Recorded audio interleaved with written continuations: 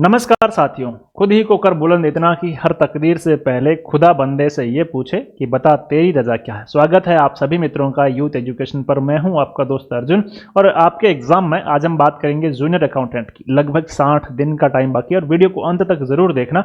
Video के अंत तक मैं आपको बताऊंगा कि मैं यहाँ पर यूट्यूब पर कौन सा एक विषय आपको पूरी तरह से फ्री ऑफ कॉस्ट जो विषय है वो करवाने वाला हूँ। एक 75 नंबर का पूरा सब्जेक्ट मैं आपको पूरा करवाने वाला हूँ, उसकी पीडीएफ देने वाला हूँ, उसके नोट्स देने वाला हूँ, उसके एमसीक्यूज भी मैं यहाँ सेशन लेकर के आऊंगा। जैसे ही आपका चैप्टर खत्म हुआ फिर उसके एमसीक्यूज की क्लासेस और ये सब पीडीएफ और नोट्स मैं आपको हमारे टेलीग्राम चैनल यूथ एजुकेशन पर अवेलेबल करवाने वाला हूँ। आप जाकर के उसे ज्वाइन जरूर कर लीजिएगा। उस चैनल का लिंक मैं पिन कमेंट में पिन जरूर करवा दूंगा मित्रों।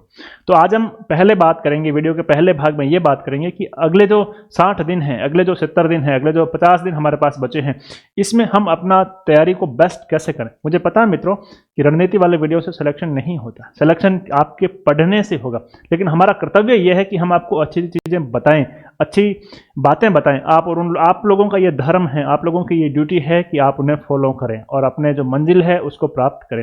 तो आइए बात शुरू करते हैं। जितना भी समय हमारे पास शेष बचा है उस शेष समय में हम अपनी तैयारी को एक नई धार, एक नई दिशा कैसे प्रदान करें।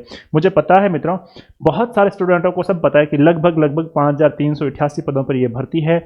90,000 से अधिक विद्यार्थियों इसके लिए पात्र फॉर्म भरे गए हैं। इतने पात्र भी नहीं होंगे। सीईटी के 15 गुना की कट ऑफ भी आपके लिए जल्दी आने वाली है और उसके बाद इससे सरल कंपटीशन किसी में भी नहीं है। 1 लाख मान लो यार, 1 लाख से ज़्यादा लोग क्या बैठेंगे। और दोनों पेपर में अलग अलग 35% अंक और एक कुल मिलाकर के एग्रीगेट आपको 40% अंक लाने हैं।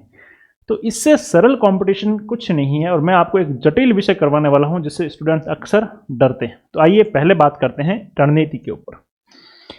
देखिए, पहला बिंदु है कि अभी तक आपने जो पढ़ा है, ऐसा नहीं है कि आप लोग अभी तैयारी करेंगे। आप लोग तैयारी जूनियर अकाउंटेंट की कर रहे हैं तो काफ़ी लंबा समय हो चुका है। तो अभी तक आपने जो पढ़ा है उस पर पूरा भरोसा रखें और उसका अधिकतम टाइम है ना जो उसका रिवीजन करें। लेकिन हम ये भी बात करेंगे कि जो अपनी तैयारी अब से शुरू करना चाह रहे हैं वो कैसे करें। देखिए, मैं सीधी बात बता देता हूं कि जो तैयारी अब से शुरू करेगा और जो एक स्टूडेंट 4 महीने की तैयारी कर रहा है, 6 महीने से तैयारी कर रहा है, उन दोनों का कहीं कोई मुकाबला नहीं रहेगा। जिनकी तैयारी अच्छी होगी वो लोग सिलेक्शन लेंगे। लेकिन ये असंभव भी नहीं है कि अब तैयारी शुरू करके सिलेक्शन नहीं लिया जाए, ये भी संभव है, बशर्ते आपको दौड़ ज़्यादा तेज गति से दौड़नी होगी। तो जो स्टूडेंट जिनकी तैयारी पहले से चल रही है, जिन्होंने अभी तक जो पढ़ा है, चाहे आपने ऑफलाइन क्लासेस से पढ़ा हो, ऑनलाइन कहीं से कोर्स ले रखा हो या आपने बुक से किया हो, कहीं से भी किया हो, अभी तक जो किया है ना उस पर पूरा ट्रस्ट रखें, पूरा भरोसा रखें। आपने जो किया वो बेस्ट किया। दूसरी बात, यहाँ पर जितना भी किया उसका आप अभी रिवीजन करें, मैक्सिमम टाइम आप उसका रिवाइज करें चीज़ें को, ताकि इतने सारे सब्जेक्ट है, 6 सब्जेक्ट पहले पेपर में है, 6 सब्जेक्ट दूसरे पेपर में है, 12 सब्जेक्ट यदि आप रिवाइज नहीं करेंगे ना तो चीज़ें आपके लिए पुरानी होती जाएगी और पुरानी चीज़ें विस्मृतियों में चली जाती है, आदमी भूल जाता है उसको लेकर के। या फिर यदि कोई अभी अपनी तैयारी शुरू करना चाह रहा है या इन दिनों ही शुरू की है या शुरू किए हुए ज़्यादा टाइम नहीं हुआ है तो सिलेबस उठाइए। सिलेबस में से टॉपिक को, सब्जेक्ट को चूज कीजिएगा, सब्जेक्ट में से अपने बुक स्टडी मटेरियल सेलेक्ट कीजिएगा। एक बुक, एक स्टडी मटेरियल ही होना चाहिए। मतलब एक सब्जेक्ट के लिए केवल एक ही पुस्तक या एक ही गाइड आप चूज कर सकते हैं। आप बाजार से ला सकते हैं, कहीं कतई कोई पुस्तक बुरी नहीं होती, कोई गाइड बुरी नहीं होती। आप वहाँ से इतने समय में चीज़ें कर सकते हैं, किया जा सकता है। इतना बड़ा एग्जाम नहीं है कि अभी नहीं किया जा सकता।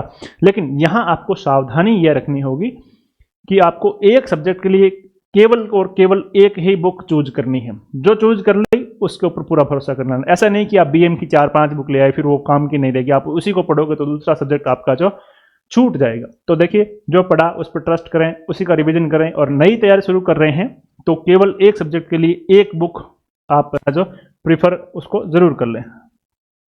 दूसरा, अगर आपने ऑनलाइन कोर्स ले रखा है कहीं से भी, अगर आपने ऑनलाइन कोर्स ले रखा है या ऑफलाइन क्लासेस ले रखी है तो दोनों कंडीशन में आप ऑफलाइन में तो ये करिएगा कि रोज क्लास अटेंड करिएगा। और मैं उम्मीद करता हूं कि जहां से भी आपने ऑफलाइन क्लासेस ले रखी होगी अब लगभग आपका कोर्स या तो पूरा हो गया है या होने वाला है, तो रेगुलरिटी वहां जरूर रखें। ऑनलाइन कोर्स में भी आपको रेगुलरिटी जरूर रखनी है। एक सब्जेक्ट की एक क्लास रोज देखनी है, आपको डेली देखनी है। आप दुगनी स्पीड करके देख लीजिएगा, या जब भी आपका पढ़ने का मन नहीं है, कोई और काम कर रहे हैं, उस समय हेडफोन डाल के आप क्लासेस देख लीजिएगा, ताकि जो चीज़ें आपने बुक से पढ़ी है उनका रिवीजन वहां से होता रहे।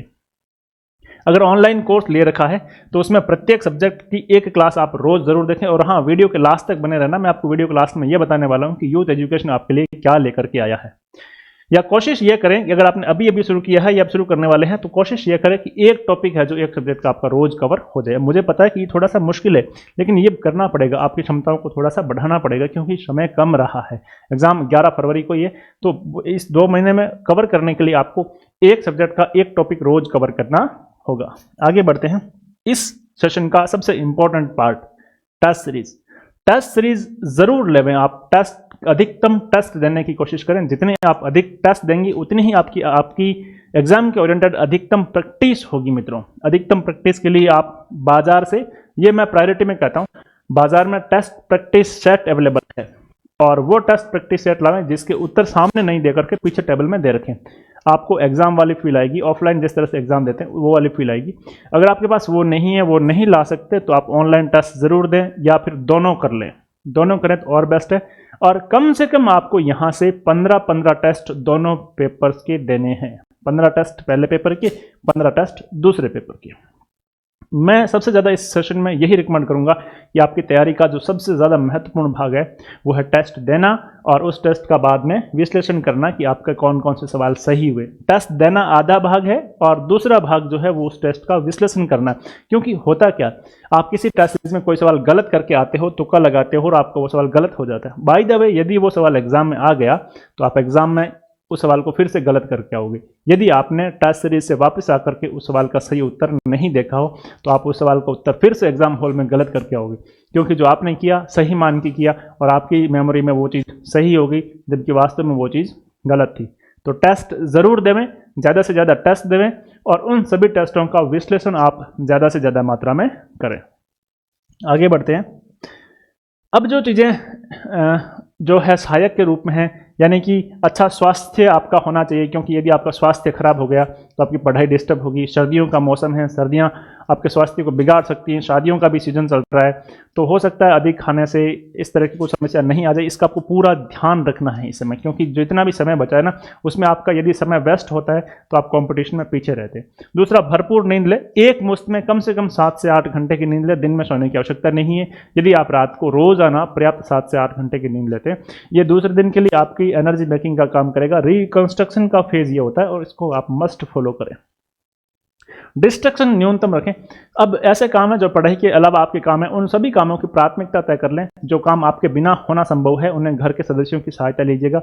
उन्हें किसी और या लेट कर सकते हैं, उन कामों को पेंडिंग रख सकते हैं तो उन्हें टालने की कोशिश करिए। ज़्यादा से ज़्यादा समय आपको है जो अपनी तैयारी में देना है। अब बात करते हैं कि यूथ एजुकेशन आपके लिए क्या करने वाला है। यूथ एजुकेशन एक नई मुहिम है विद्यार्थियों को एक गुणवत्तापूर्ण कंटेंट देने की। मित्रों, इसमें आपको जूनियर अकाउंटेंट की जो एक पेपर है, पहले तो हम डिस्कस कर लेते हैं। पेपर फर्स्ट, अभी तक आप, मुझे पता है आप सब लोगों को पता है, पेपर फर्स्ट होगा, पेपर सेकंड होगा। ये भी आपके 450 अंक का होगा और ये भी आपके 450 अंक का होगा।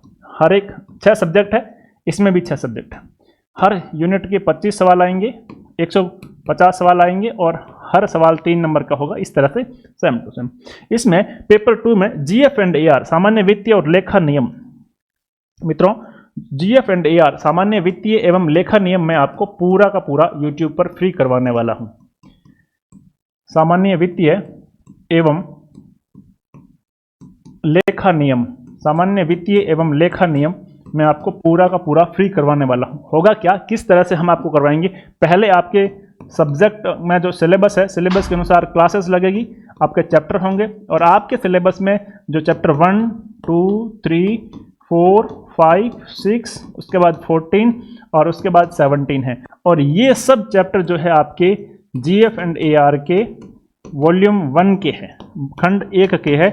और इन सब चैप्टरों को पहले पढ़ाया जाएगा, फिर प्रत्येक चैप्टर, जैसे ही चैप्टर पहला कंप्लीट हो गया, चैप्टर पहले के एमसीक्यूज और लास्ट ईयर आए हुए सवालों का अगला सेशन होगा, इस तरह से। और इन सब की पीडीएफ में आपको हमारे टेलीग्राम चैनल यूथ एजुकेशन पर क्लास के बाद अवेलेबल करवा दूंगा, तो आप उसे जाकर के ज़रूर ज्वाइन कीजिएगा। हमारी ओर से एक छोटे से सब्जेक्ट की आपके लिए हेल्प ज़रूर हो जाएगी।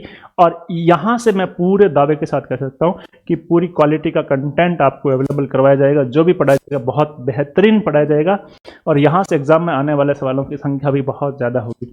तो आप लोगों को ये अल्टरनेट डे पर क्लासेस मिलती रहेगी। इसके लिए आप हमारे इस यूट्यूब चैनल को सब्सक्राइब कर लें।